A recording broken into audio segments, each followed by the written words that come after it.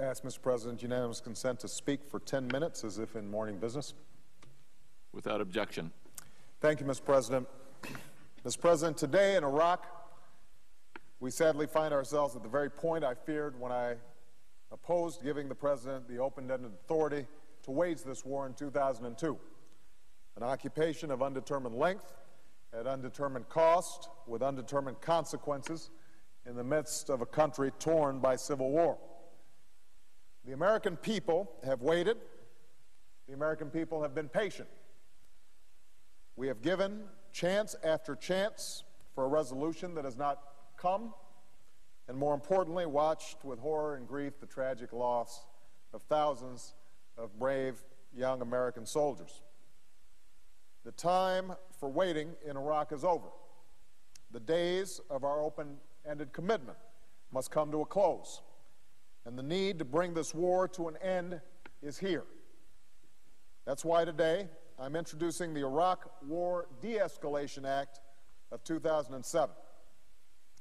This plan would not only place a cap on the number of troops in Iraq and stop the escalation, more importantly, it would begin a phased redeployment of U.S. forces with the goal of removing all U.S. combat forces from Iraq by March 31st, 2008, consistent with the expectations of the bipartisan Iraq study group that the President has so assiduously ignored. The redeployment of troops to the United States, Afghanistan, and elsewhere in the region would begin no later than May 1st of this year, toward the end of the time frame I first proposed in a speech more than 2 months ago.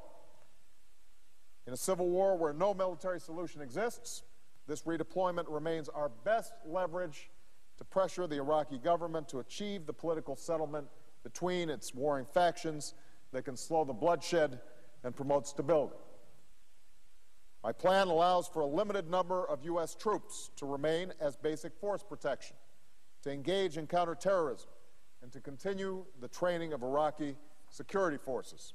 And if the Iraqis are successful in meeting the 13 benchmarks for progress laid out by the Bush administration itself, this plan also allows for the temporary suspension of the redeployment, provided Congress agrees that the benchmarks have actually been met and that the suspension is in the national security interest of the United States. Mr. President, the U.S. military has performed valiantly and brilliantly in Iraq. Our troops have done all that we have asked them to do, and more.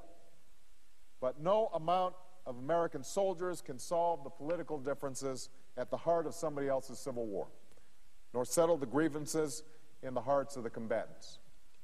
It is my firm belief, Mr. President, that the responsible course of action for the United States, for Iraq, and for our troops is to oppose this reckless escalation and to pursue a new policy.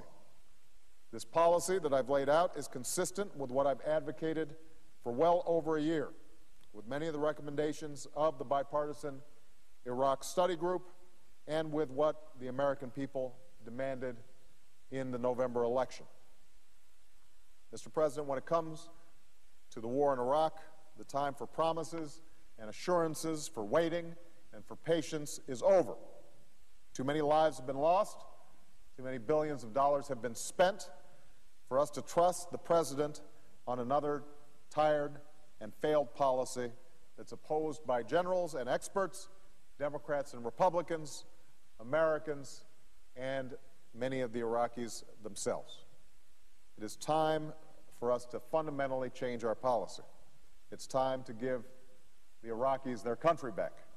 And it is time to refocus America's efforts on the challenges we face at home and the wider struggle against terror yet to be won.